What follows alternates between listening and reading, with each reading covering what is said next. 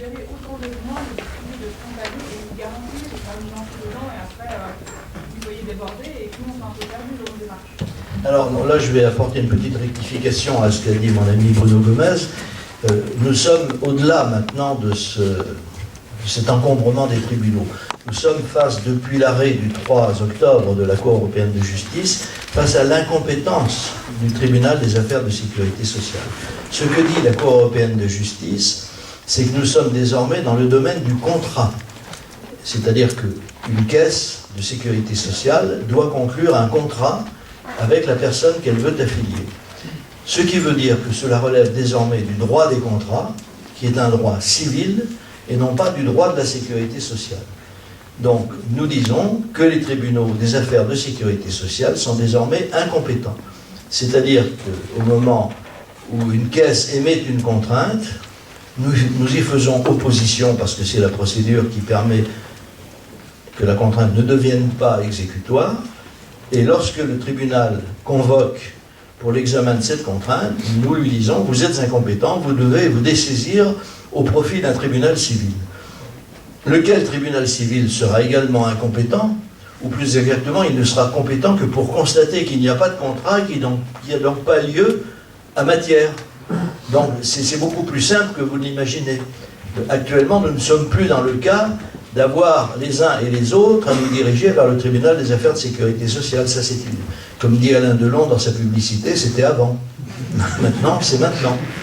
Donc ne vous inquiétez pas. De toute façon, il y a aussi une chose que vous allez probablement remarquer, c'est que quand le nombre n'était pas là, je vous ai raconté comment ça se passait dans les tribunaux.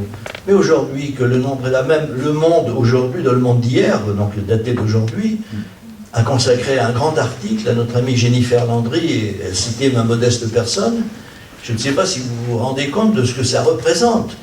Ça fait 22 ans que Le Monde a écrit un article sur nous, sans jamais en parler, et cet article, il y a 22 ans, disait simplement que comme j'annonçais la fin du monopole de la sécurité sociale, j'étais fou. L'auteur en question est toujours vivant.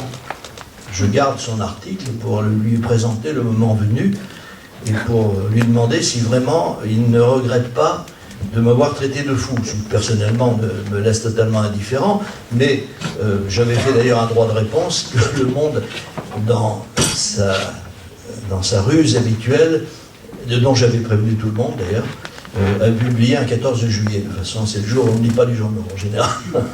Mais bon, voilà exactement où on en est. Nous ne sommes plus au même stade.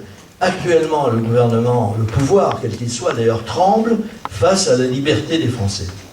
Cette liberté se manifeste sous des façons diverses. Vous avez ce qu'on appelle les jacqueries, vous avez les bonnets rouges, vous avez les tondus, vous avez toute une série de gens. Et certains analystes dans les médias, dans les journaux, dans les télévisions expliquent mais il n'y a aucun lien entre tous ces gens-là. Tout ça pour se rassurer, pour dire que ça ne pourrait pas déboucher sur on ne sait quel bouleversement politique. Mais en réalité, il y a un lien très simple, c'est qu'il n'y a plus assez d'argent. Et tous ces gens n'ont plus de travail,